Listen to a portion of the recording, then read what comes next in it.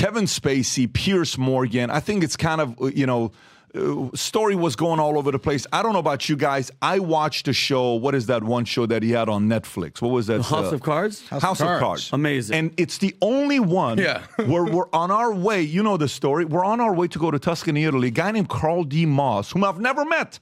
We're Facebook buddies. And he claims he's a Republican, but he always gives a Democratic argument. We'd always go back and forth. He said, you got to watch House of Cards. And then my dad says, you got to watch House of Cards. And then eventually, I'm like, guys, I don't watch shows. I've never watched shows. We're about to go to Tuscany, Italy. We're taking 50 of our guys to Tuscany, Italy, which was the most epic trip ever for different reasons. Those who were there know what I'm talking about. Tom, you were there. I won't even get into it. No comment. That night, I come home, 10 o'clock. I sit there and I watch 12 episodes of season 1 House of Cards on no sleep. Then I get on a plane to go. I was glued to this show. It was ridiculous. Now, here's Kevin Spacey on Piers Morgan. Rob, which clip is this? Is this the one about Clinton's, or is this the one about him having no money? Bankruptcy and losing his Baltimore home. I want you to watch this, and I want you to tell me, do you think this is acting, or do you think this is real? Go ahead, Rob.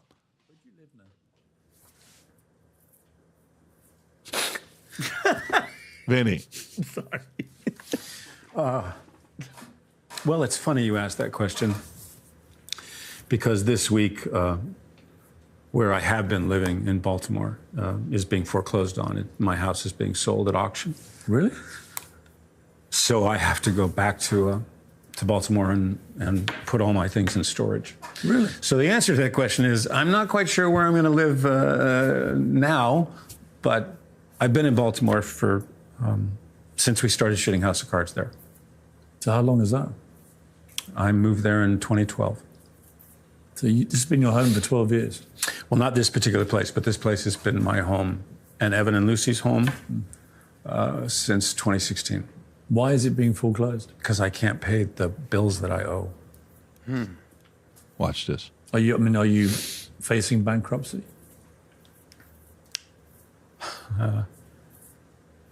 Been a couple of times when I thought I was going to file, but we've managed to sort of dodge it, at least as of today. How much money do you have? None. Really? Well, I mean, you have some sense of legal bills. He's a fucking actor.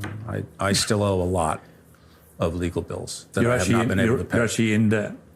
Yes. Do you mind me asking how much you owe?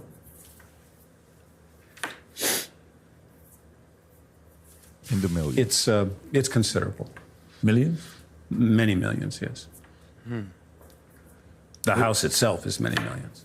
What are you going to do? Get back on the horse. You can pause it right there. Get back on the horse. Okay, so let me ask you, Tom, do you believe him, or is that an act? Well, it's hard to believe any celebrity when they go on these apology tours and they go on Oprah and they cry on Oprah, and Tom Cruise jumps up and down on the couch and says he's in love. And when you all sit back from all these episodes, all these things, Vinny, you know what I'm talking about. Yeah, of course. And you see it, and you just doubt the celebrity because they're all professional actors and they're trying to put the spin. The one thing Kevin's opened himself up for, a lot of those things he's talking about are a public filing. And if a multi-million-dollar house in Baltimore with his name on it, or the name of an LLC that he owns it under, that's the way celebrities own homes usually, or a trust, you could, I believe him on that point, because it would be so easy to disprove and go the filing and saying, you're full of crap, you're not being foreclosed on. So I think, are the millions in legal bills? I believe that, but I think there's also some playing it here, because he has a couple other homes. He's got one in New York. He's got one in Malibu, supposedly. So he's got assets. And so he may be asset rich, but cash flow poor, and is deciding to walk on the Baltimore house simply because he can't do it and he's got to pay the legal bills. So I believe about half of it, but I have a hard time with the emotion when celebrities do this. Vinny, what do you think? Because there's just so easy to doubt. I did a video where I'm crying about Red Lobster on my Instagram. And I mean, people were furious because I'm an actor. He is. Let me explain something to you. I've watched House of Cards until they took him on the last season. He's one of the best. And even this is the thing with Hollywood. He's so sick. Even though how many sexual assault, touching, people are like, well, he's so good. People kind of tend to forget. He was making reportedly $500,000 per episode on House of Cards, per episode. He was in for 6 or 7 seasons. He's worth, I think in 2017, at least $100 million. It's acting, baby. I don't know where all this money is going. If he's paying off all these people that were, what is this, Robbie? Massimo disappeared on Tumbling House Cards. Star was worth $60 million with the. I think it's an act. I think, especially with this documentary, if you guys haven't seen it. Do you think he is wealthy? I think he is wealthy. You think he has money? I think he has. Here's my question to you: $100 million he's made in 2017. What do you think he was doing with that money? Do you think he was just sitting on it? Where did he live when he made that money? Baltimore? I think he was in Baltimore. Okay, so assume half of it is gone. Okay, let's go 50. Okay, so then you have 50. Then you're living a lavish lifestyle. You're buying big houses, legal fees. You ain't working. You're spending like money's going to be coming in every single year. Trust me, money goes by very, very quickly. Very quickly. Now, I don't know if he's got zero. I don't know that. But money goes very, very quickly. Adam, what do you think? Well, Hollywood, pay attention, because your boy, he still got it. I fell for it. I fell for it. I was like, oh, man, Kevin Spacey, he's an actor. Oh, yeah. He got me. Yeah, he's very good. Apparently that's what actors can do. But do you think he's acting? Yeah, well, he's an actor. Okay, I fell for it, guys. Almost like the Russia collusion thing. You got me again. Hollywood, legacy media, you did it again. This guy won Best Actor, the Oscar Academy Award for American Beauty.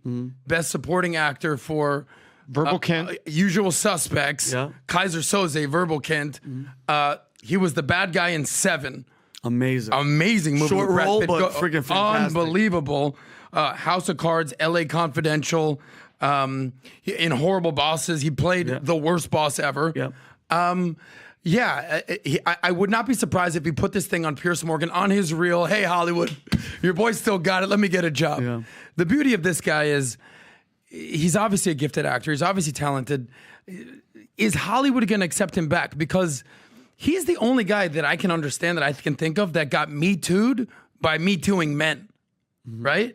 Yeah. Everyone that, the Harvey Weinsteins of the world, girls. The Diddy's of the world, the R. Kellys of the world, everything that's going on out there, it's all women.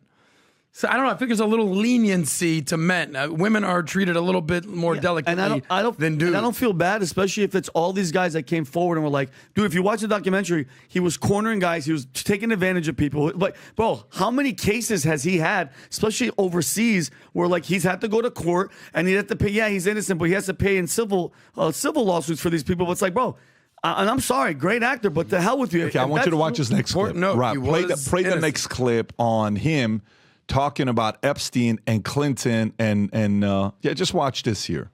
In 2015, I started seeing reports online, things on my Twitter account that I had flown to this guy, Jeffrey Epstein's island, and I had abused young girls.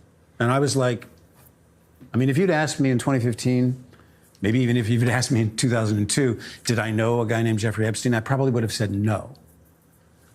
Well, of course, I have since learned who he is, and I have since been able to go back and find out that the airplane that we flew on for this humanitarian mission was owned by Jeffrey Epstein. And to then learn, he was actually on some of those flights. Oh, wow. And this Maxwell woman was on some of those flights.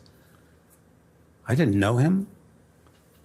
I've never spent any time with him. I was with the Clinton Foundation people. That's who I was with. Even worse. Now, what I understand is that he didn't start to be investigated until 2005 by authorities in Florida. So here's what I can tell you. This Maxwell woman, she was one of many people that sat down next to me in that throne room. I have no relationship with her. I had no relationship with him. He's not my friend. I'm not a confidant. I've never spent time with him. And interestingly, actually, you did. I will say this. I was very fortunate that President Clinton introduced me a lot of business leaders in London because he knew I was coming to the Old Vic. And I developed relationships with Robert Earl, Pula Ladobovich, Robert Earl, a lot of wonderful people, Sir Richard Caring, people who supported the work that we did at the Old Vic and gave money to us. Do you know who I never asked for anything? Was Jeffrey Epstein. I didn't want to be around this guy because I felt he put the president at risk on that trip to South Africa because there were these young girls. Oh, now and we were like, who is this guy? So I will say this. There were young girls on those flights. There were young girls on those flights, yeah. Wait. Oh, so wow. time out. You mean to tell me, Patrick, if you're on somebody's private jet, how big is this private jet? It's a fairly size. You don't know everybody that's on that flight? There's only, 10, 15 people on there? You know the captain, you know the co-pilot, you know the flight attendant, you know everybody. And now all of a sudden, but Bill Clinton, by the way, great company he keeps. Epstein, Clinton Foundation, the Bill Clinton.